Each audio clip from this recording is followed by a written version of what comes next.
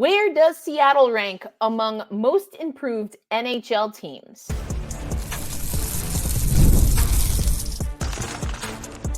You are Locked On Kraken, your daily podcast on the Seattle Kraken, part of the Locked On Podcast Network, your team every day. Hey, what do you say, Seattle hockey fans? Welcome to another episode of Locked On Kraken, which is part of the Locked On Podcast Network. We bring you your favorite team, the Seattle Kraken, every single day. My name, if we're meeting for the first time, is Erica L. Ayala. I am a contributor to CBS Sports. I'm actually on a trip right now with CBS Sports. We're at the National Association of Hispanic Journalists, and I'll be on a panel later. We're going to talk to some people interested in sports media here in Los Angeles. I am also the founder of Black Rosie Media, where we empower Black women and melanated creators in sports media. Before we get into the topic, our first topic, I want to let you know today's episode of Locked On Kraken brought to you by our friends at Game Time. Download the Game Time app, create an account, and use promo code LOCKEDONNHL for $20 off your first purchase. Terms do apply, and I can tell you about that a little bit later. All right. Yesterday, I gave you a fantasy hockey rundown. Where do other people kind of see the Seattle Kraken? And again, our Locked On Fantasy Hockey podcast, which you can check out, also coming to you every single day. They're going through each of the 32 teams, picking their top 5 players.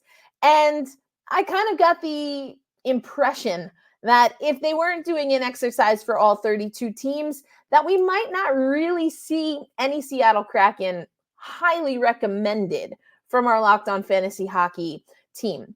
So have the Seattle Kraken actually improved from last year? And how much of that, again, is just maybe people not understanding what we have on our roster?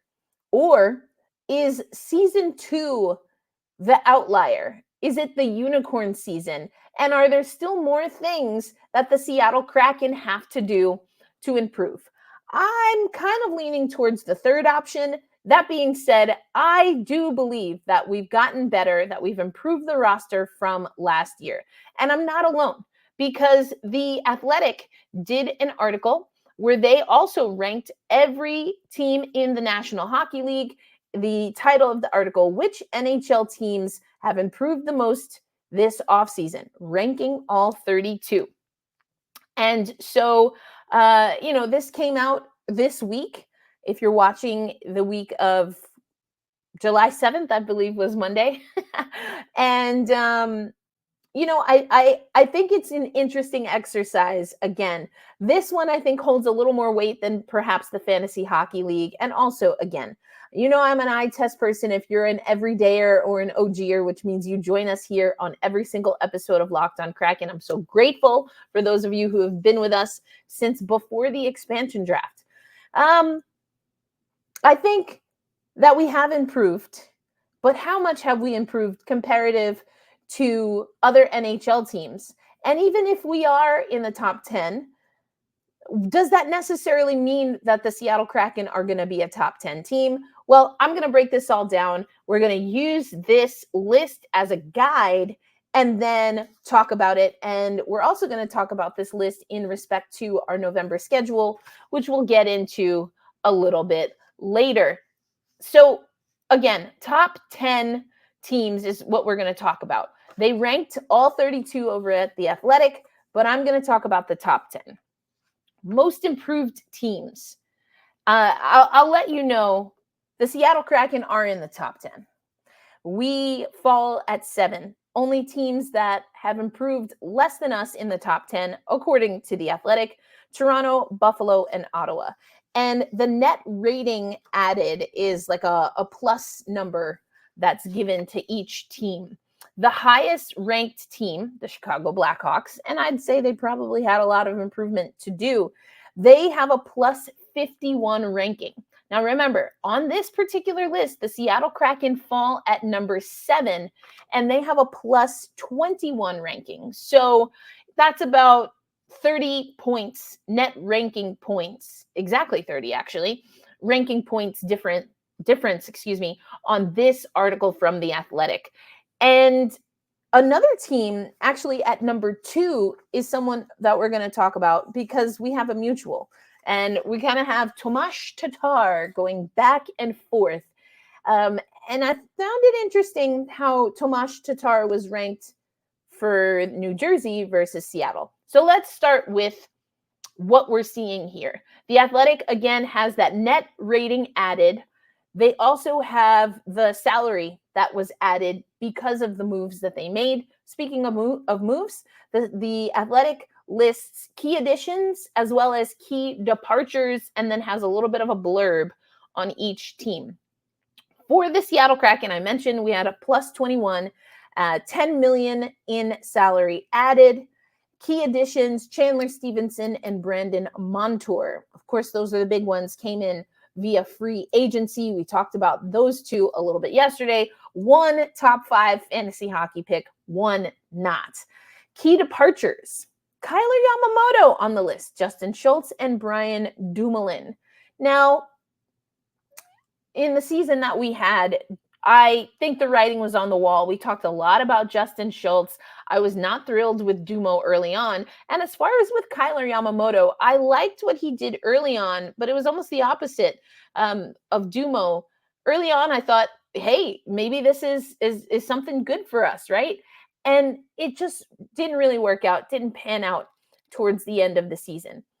Now, remember, the categories for The Athletic: key additions, key departures. And remember, I talked about Tomas Tatar. He's not on this list. Also, someone who I think the writing was on the wall. Tomas Tatar had brushes of brilliance, as I like to say, and then was effectively what seemed to be a healthy scratch towards the end of the season. My impression is that something soured with Tatar and the coaching staff, and maybe the overall Seattle organization. I do believe that he had media availability for the New Jersey Devils, so we might have to circle back there. But something wasn't working. Something was amok when it came to Tomas Tatar. At least that's my take. And so I find it interesting that, spoiler alert, if you look at the list, Tomas Tatar is considered a key addition for the New Jersey Devils, but not a key departure for the Seattle Kraken. Both in the top 10, the Devils coming in at number 2 on this list for The Athletic. I agree with that, at least from the Seattle side of things. I do think that Tomas Tatar, again, had some brushes of brilliance. There were exciting moments there. And just how things ended didn't hold up to what we had seen, even in those bright spots. So I'm kind of with the Athletic on that front. I'll get to what they said about Tomas Tatar just because why not, a little bit later. But I want to focus on what they're saying about the Seattle Kraken. Don't love what Seattle did from a financial perspective. I think a lot of people are talking about that. We've talked about the Chandler Stevenson deal. Ooh, a lot of money for someone, again, that we're hearing in this write-up, is probably not, is probably middle of the road. In the article, it says, Chandler Stevenson isn't what he once was, but he's certainly stronger than Kyler Yamamoto. And that's the thing here. I honestly don't know what we were thinking with some of the changes we made from season 2 to season 3. And I talked about that. I broke down my simple math. If you remember that episode, I broke down my simple math. And just from goals alone, Sprung, Geeky, and Donato, we never made up the goals from their absence. Kyler Yamamoto wasn't going to get us there. Brian Dumoulin wasn't going to get us there. And as I often say, it just felt like we were putting all of our eggs in the Andre Burakovsky basket. And what we know about Andre Burakovsky is that he has been injury prone, if we only talk about him with the Seattle Kraken. So there you go. I'm always going to mention that. But this is also what The Athletic believes, that this is a deep forward group, at least deeper than the 22-23 season. There's more potential, more upside. The same is said with respect to Brandon Montour. And he is a top pair caliber defenseman and serves as a massive upgrade over Justin Schultz, who again was a healthy scratch at times. I talked to him at training camp. Our insiders, our Locked On Kraken insiders know about that. And then also there's alluding to the fact that Riker Evans will serve as an internal upgrade over Brian Dumoulin. And I think perhaps we saw some of that, although Dumo and Evans did play together. Seattle's back end looks the strongest it has ever been. Honestly, now this is all on paper, I'm inclined to agree. And I still don't know if it's enough. So that's what we're hearing from the Athletic. Big offensive boost with Stevenson and Brendan Montour. Departures that are quote unquote key, but a la what we talked about yesterday with fantasy. I mean, you have a formula, you kind of have to pick someone from the formula. I think key departures, maybe if we did this for the Coachella Valley Firebirds, they have Connor Carrick, Devin Shore, Chris Drieger all out the door, Student as well. So if anything, and obviously their head coach and assistant coach. So I think more of our key departures as an overall franchise are actually coming from Coachella Valley Firebirds. And perhaps in the long run, our key additions will also come from the Firebirds. Riker Evans is mentioned here. Everyone's very curious to see what's going to happen with Shane Wright. And we've already seen what Ty Cartier and Joey Decord were able to do since coming up from Coachella Valley last season. Now, what kind of year are they going to have is the presence of not just Dan Bilesma, but especially Jessica Campbell going to allow those players, along with some of these other additions, to really make a leap. And speaking of Jessica Campbell, I'm going to take you to snippets from her press conference and give you an indication of why I am super excited for her to work with, as I mentioned, Cartier, Joey Decord to some extent. She's not a goalie coach, but she's a player development coach. And there's specific aspects of her story and her experience that Dan Bilesma is tapping into that I think could be really exciting for the Seattle Kraken team. That's coming up next. But finally, I said I was going to go back to this, so I just want to say it again. Tomas Tatar considered a key addition to the New Jersey Devils. They're overall number 2, but this is what they said about Tatar, just quickly in passing. Up front, New Jersey's moves were mostly around the edges in the bottom 6. The trio of Cotter, Stefan, and Tatar could at least provide a bit more substance than the guys they're replacing. So needless to say, they had more to say on the defensive end. But I just wanted to circle back there because he's a key addition, but also maybe not a significant enough addition in the grand scheme of what's happening with the New Jersey Devils. Wish Tuna the best, though. I really do. Again, when it was working, it worked well. Coming up next, let's talk about Jessica Campbell. And then I'm going to give you my analysis of the November schedule. All that and a little bit more coming up on Locked On Kraken. Today's episode of Locked On Kraken brought to you by our friends at eBay Motors. Passion, drive, patience, all things that we want to see in the Seattle Kraken this season and throughout the whole franchise, but it's also the formula for winning championships. And it's what keeps your ride or die alive. eBay Motors has everything you need to maintain your vehicle and level it up to peak performance. Superchargers, roof racks, exhaust kits, LED lights, and so much more. Whether you're into speed, power, or style, eBay Motors has you covered. With over 122 million parts for your number one ride or die, you'll always find exactly what you're looking for. And with that eBay Guaranteed Fit, you will find a part that is guaranteed to fit your car every time, or you get your money back. Because with eBay Motors, we want you burning rubber, not cash. With all the parts you need at the prices you want, it's easy to make your car the MVP and bring home huge wins. Keep your ride or die alive at ebaymotors.com. Eligible items only, exclusions apply, and the eBay Guaranteed Fit is only for U.S. customers. Sorry, Canada. Thanks as always for making Locked On Kraken a part of your daily destination. We bring you your team here every single day. And I gave you a little hint of what you can see from Locked On Fantasy Hockey, either in audio form on our YouTube platform or on their YouTube channel. And of course, you can check out Locked On Sports Today for analysis in all sports, including, of course, women's basketball. And that's from experts throughout the country, around the world, really. We've got experts all over the place that are ready to have you ready for your favorite team. And we do it every single day. Here on Locked On Kraken, though, we're going to continue on and we're going to do our getting to know our coaching staff.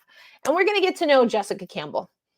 If you are an everydayer and an OGer, I know that you know. I've been following the trajectory of Jess Campbell since she was introduced as an assistant coach for the Coachella Valley Firebirds. And I've been very impressed with how she's been able to parlay her experience into a role in professional hockey and now at the National Hockey League. I do think that, if we're being honest, it might be a little unorthodox for some hockey fans. And if you know anything about me, you know that that's part of the reason I love her story. And Dan Bylsma, even more so than Dave Haxtell, is really committed to development. And Jessica Campbell is his silver coin on the staff when it comes to that. Dan believes in the philosophy. And if you listen to, again, Signals from the Deep, I highly recommend his episode because he really gives a lot of hints to his philosophy and how he got there. But if you listen to that, or if you listen to my episode breaking it down, then you know also that Dan believes in having people around him who know him and who are going to help him grow. I do believe he believes in aces in places. I do believe he believes in also bringing up not just his players, but his coaching staff. And if I had to guess, at least some of that comes from how his coaches empowered him to be more curious about coaching, even while he was still playing. And, you know, his little notebooks and all of his scrap paper that I mentioned was on the Signals from the Deep episode. Again, I think Nick Olczyk he's just great to listen to when he does interviews. So go check that out. But you're going to hear some of that also from Jess Campbell. And we heard some of that on yesterday's episode from Bob Woods, and where he felt Dan Bylsma was able to help him along and continues to help him along in his hockey journey. So without further ado, here are some snippets, including a funny little intro. Jessica Campbell, just for reference as we get to this video, she was the last coach to speak, and you know, she's a little shorter than the other coaches. So I left that piece in just because I thought it was a little fun. And speaking of fun, I do think there's an element of joy to all of these coaches, which I love. And there is a sharp seriousness to how they approach hockey development, which I also love. It's intense, but that doesn't mean it's not warm. And we can talk about that as the offseason continues. Here's Jess Campbell. I might have to adjust this. I'm humbled, obviously, to be in this position. And you speak to the word first, to be the first, but that's never really where my focus is. It's always on the work. It's on the impact. It's on the job. And you know, there's a lot to this game and to this job. And so I'm never taking for granted. But I think the biggest thing is that I'm reminded often, and it just puts a lot of meaning into the work. And I know that if the team has success and that my impact is a good one, then it could potentially open up doors for others and open eyes for others to maybe think differently. But I guess I try to really just keep my eyes fixed on what matters every day, to be in the now, to be in the moment, to stay in the trenches with the players. And though I am honored to be the first, I don't want to be the only. And I honestly don't feel like I'm the only in this organization. And that's also a very special feeling, to be part of the Seattle Kraken organization and this staff, and also to stand by all the other remarkable women in this league that are maybe not behind the benches, but there's a long list of incredible women that are doing phenomenal jobs here in management, scouting, player development, and so I'm just excited to do my part now behind the bench. about 5 years ago when I launched my own power skating and skill development business. I guess I was doing this strictly on the development side and working with pro players. I was privileged to help them with their games, mostly in the off season, but also in season in Europe and Sweden and in Germany. And there was a point when the numbers started to grow, and I think it was actually my time rehabbing Brent Seabrook's skating, and that I realized this is what I want to do. These guys are showing up for my skates in numbers, and maybe I want to pursue this goal in a different light, get behind the bench. And I felt like what I was teaching and what I was working with them on was translating, and it was hitting in a different way. And it definitely inspired me to think about the potential that, though I was never fixed on when and how, it was just, this could be a potential goal of mine, and I'm going to chase it regardless of what that could look like. I hope they love me more than they hate me, but if they hate me for the same reasons that Brent did. I'm a big believer, and Dan alluded to this, and Bob and our whole staff has already spoken to pushing players, even at this level, to unlock potential that maybe they haven't yet. And I think that's what I'm most excited about, is getting here, and whether it's a veteran player, like a Brent Seabrook who's won, and I respect Brent, and I respect his mindset, even at an older age, to put in the work and to focus on fundamentals of his game, like skating. Those take special players and people, and I think we have those here. I think we have the veteran group, and I know we have the younger group that are hungry and eager to achieve something and build something within this culture. That's what it's all about. So I hope they hate me, but also love me. Biggest priority, well, probably just echoing that, is getting on board for what our staff, wants to establish, the core values we want to live out, and making sure I'm doing my part as a part of this staff to carry that out, and that the players know what the expectation is, and then the fun can begin. I'm a big believer in being prepared to do the job every day, and to own my own voice, and to bring my ability and my skill set, and to not hold back.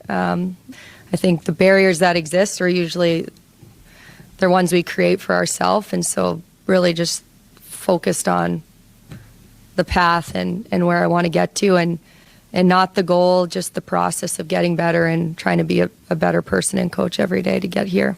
Jessica Campbell. I mean, there are so many things that I really love from that press conference, that I love when I get to speak to Jessica Campbell. We've had a few exclusive interviews with Jessica Campbell, including after or during the first training camp, where she told me that one of the things that she loved about being in the Seattle organization is that they already had a locker room for women coaches before they ever had a woman coach on their NHL staff. So she's talking about being at Kraken Community Iceplex. She's talking about, being at Climate Pledge Arena. And I loved that from the organizational perspective. And you heard her at the top, that first clip, her talking about how she understands where she stands in history. And she also knows that she's not the only woman making hockey history. And that's critically important. She's not the only woman making hockey history for this organization. So I love that. Stick taps to her. She talks about Brent Seabrook. She was asked about Brent, I guess, saying in an interview or somewhere that he hated at times working with her. To me, that there's two things, and Jessica alluded to one, which is that Brent at an older age was willing to put in the work to make his game, to elevate his game, coming out off of injury, dealing with what he dealt with, and he was committed to the process. What that also tells me is that Jessica knows, and Brent found out, if he didn't know, that process is not always rainbows and butterflies. It's compromise that moves us along. Or at least I think that's how the lyric goes. Anyway, I'm not a big Maroon 5 fan. The point is that that's exactly what this Seattle Kraken team needs, in my estimation. We are going to have fun. Disco Dan, if you know the story behind his nickname, he's going to have fun. Apparently, he's got a few dance moves. I might have to challenge him to a dance-off. And we need fun, fast, forechecking, and playing free. The 4 Fs. I keep adding more Fs. I give all of the Fs. That was an episode callback. I was really proud of that. Anyway, I like the direction that Seattle is going in. And I'm also not saying that this means we're going to be a team that is immediately going to get back to the playoffs, that we're going to get further than we did the first time we made the playoffs. Do I think there's a chance? Oh, heck yes. But you know me, I'm an eye test person. I can't wait to get to training camp.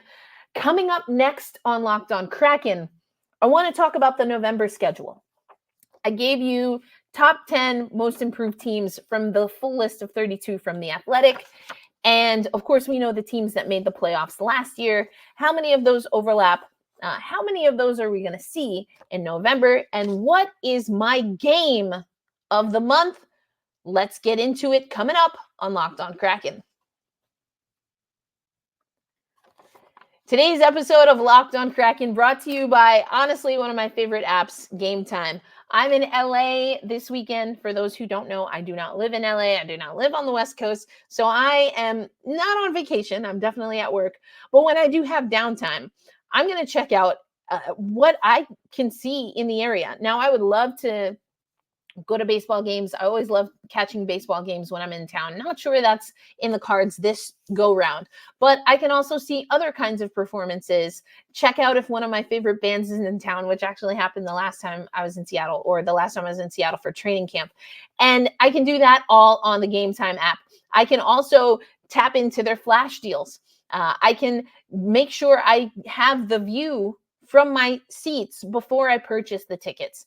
And the best part is the Game Time guarantee. Listen, if you find for the same show, in the same section, in the same row, a ticket lower than what you paid at Game Time, you will get 110% of your purchase back. Now that is something I really like. So we want you to check out the Game Time app. So download the app, create an account, and if you use promo code LOCKEDONNHL, you'll get $20 off your first purchase. Again, download the Game Time app, create your account, and use promo code LOCKEDONNHL for $20 off your first purchase. Download the Game Time app today. Last minute tickets, the lowest price is absolutely guaranteed. Want to thank you for making Locked On Kraken a part of your daily destination. We're your first listen of the day. I know we're your first listen of the day, right? Go make Locked On NHL or Locked On Fantasy Hockey your second listen of the day. Speaking of Locked On NHL, if you tap in, you know that on Fridays, every other Friday, I do a women's hockey spotlight. We're going to talk to new signee to PWHL Toronto, Daryl Watts. Now, she's no stranger to Toronto. Actually was with the PHF team, the Toronto Six, when they won their first and the last ever PHF championship. So is coming back to Toronto, knows a thing or two about winning in Toronto. And I also talked to Daryl about some binge-worthy programming in the off season. You're not going to want to miss that. So check that out on Locked On NHL on Friday. Seattle Kraken schedule, going to put it up on the screen for those watching on YouTube. That's the full schedule there. I already went through October earlier in the week. So now it's see you in, November. The song is September. Anyway, not important. If we take a look at this, the Seattle Kraken have 8 home games in the month of November. And they open November with a 3-game homestand. And that is the most games, they open the season on the road. The light blue is away. They open the season on the road with a 3-game road series. Then they have a 6-game homestand. 6 of their 8 home games in a row. So that's a nice little homestand. You got to think some of the giveaways are going to be in that time frame. They take on Vegas, Columbus, Chicago, both New York teams, Nashville, Anaheim, and San Jose, all at home in November. Other things of note when it comes to this schedule. They have 7 playoff teams that they face off against in November. So I think this is a solid test for the Seattle Kraken coming into the fall. We know they had a pretty interesting schedule last fall as well and didn't really do well. They weren't able to fully recover from the bad stumble out of the gate last season. So I'm definitely looking to see if that's something that, that Dan Bilesma and his staff can work on. Now, as far as my game of the month, I'm actually cheating a little bit because it's actually a game. It's 2 games, and we have a back-to-back in November, and it's 2 playoff teams that happen to be from my home state of New York. I was never a fan of any hockey team, so you don't have to feel weird about it. We've talked about this on the pod. If you know, you know. That's all I got to say about that. So they're going to play the Islanders and the Rangers. So also in November, although I am curious to see how we're going to play against the New York teams, and this is why I think those are the games of the month. First of all, it's a back-to-back. We have the Islanders first and then the Rangers. Second of all, this is going to be a test of our fitness. If you remember from last training camp, I really wanted to see the Seattle Kraken work on fitness. There were times during the season 2 that I just felt that we weren't fit enough. And I like talking about practice. And I don't think we had enough practice under Dave Haxtell. So I'm curious to see that. We're also going to get a look at both of our goalies, presumably Joey Daccord and Philip Grubauer, against playoff teams. Another thing, though, that we might want to take a look at when it comes to the November schedule, as I mentioned, we play Anaheim and San Jose. Now, that San Jose Sharks game, it's actually also a back-to-back, a home-and-home series, meaning we play 1 game on the road versus San Jose, and then they come to Climate Pledge Arena for 1, and that's how we close out November. And the reason that's a big deal is because it will be the return of Alex Wennberg. That's right, 2-year deal, I believe. No longer with the Rangers, even though he got to the playoffs with the Rangers last year. And I'm very curious to see what reception he gets. I'm expecting it will be a warm one. Alex Wennberg just couldn't get a deal done with the Seattle Kraken. I think the circumstances and perhaps how it went down might have left a bitter taste in some fans' mouth. That being said, I think it was the right move to move away from him.